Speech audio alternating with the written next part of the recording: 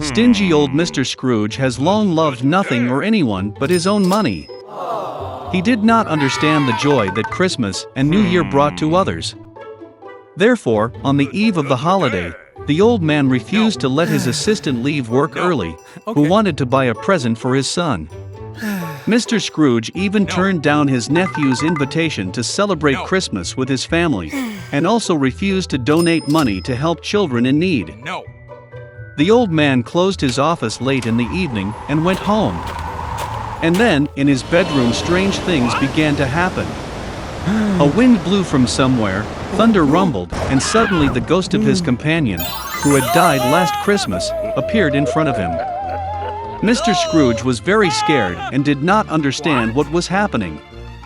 The spirit said that after death he was punished for not doing good and not helping people during his lifetime.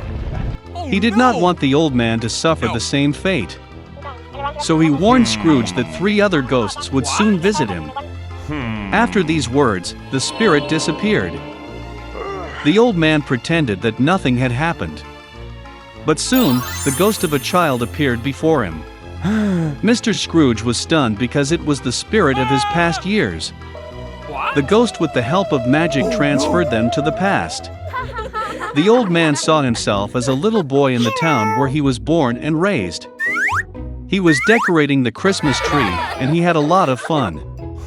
Then Mr. Scrooge saw himself in his youth, the day when, full of delight and hope, he proposed to his beloved. After that, the old man saw himself matured.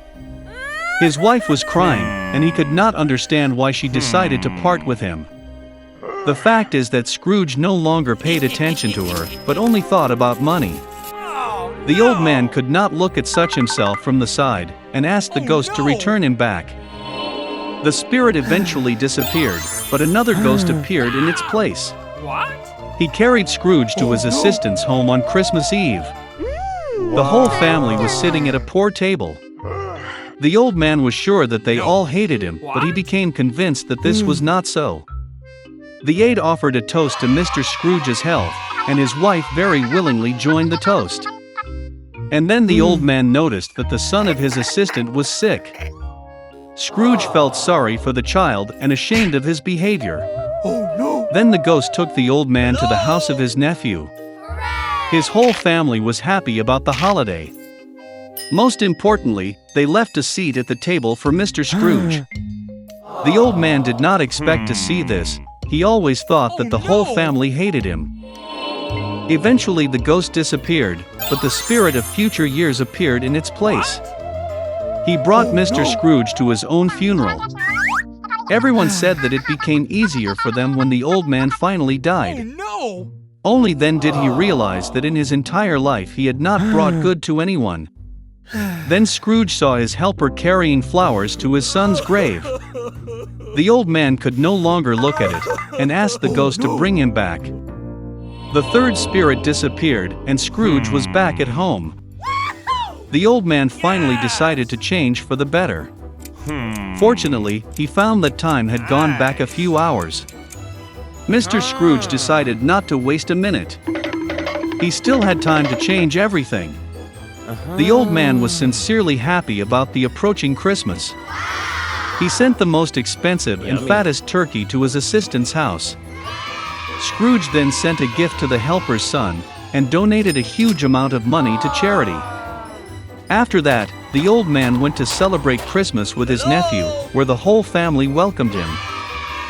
The next day, when Scrooge's assistant came to work, he raised his salary. For his son, the old man became a godfather. Mr. Scrooge gave the boy the best possible treatment, and he continued to enjoy a healthy life.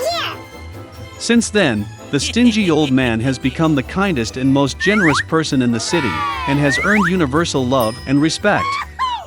In the deepest part of the sea stood the palace of the Sea King. And he had 6 daughters. They played in the garden all day long. Unlike the other princesses, the youngest was quiet and brooding. And her name was the Little Mermaid. Most of all, she loved listening to stories about the world of people. Traditionally, a mermaid could only rise to the surface for the first time in her 16th birthday. And now it's time to see the land and the youngest princess. She surfaced close to the ship, singing and music coming from the deck. This was the first time the princess saw the ship. In the cabin of the ship, the little mermaid noticed a handsome prince. For a long time she could not take her eyes off him.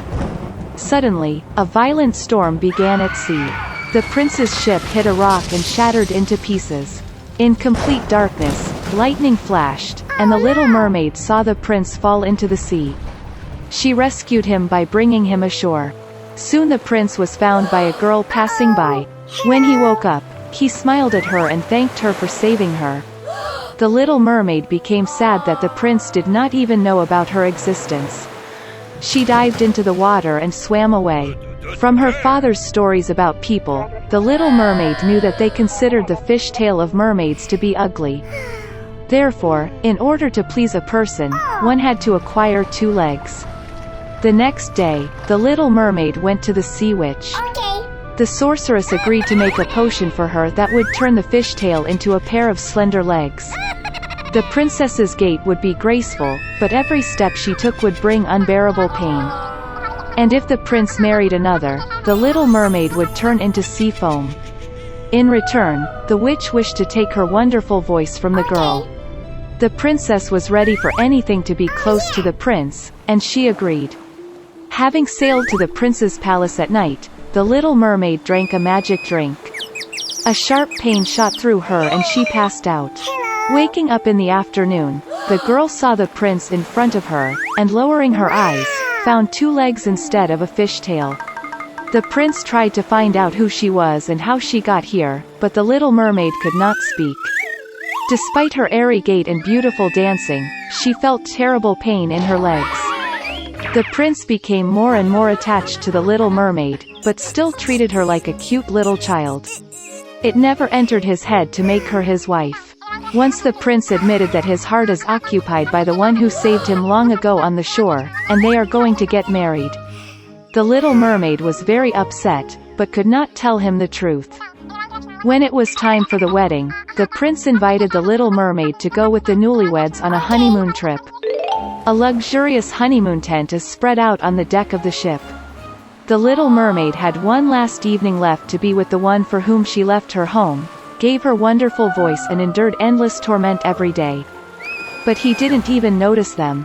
When silence fell on the ship, the little mermaid sat on the deck and waited for the first rays of the sun. Suddenly, near the ship, she noticed her sisters. They tearfully asked the witch to help save the princess from death. The sorceress gave them a sharp knife, with which the little mermaid was to pierce the heart of the prince. A drop of his blood would turn her legs into a tail, and she could return to the sea. The little mermaid looked into the tent, and saw there a sleeping couple in love. She did not find the strength to take the prince's life, and threw the dagger into the sea. With grief, the little mermaid threw herself into the water. But the kindness of the princess melted the heart of the wicked witch. The sorceress cancelled her spell, and the little mermaid again had a fishtail instead of human legs.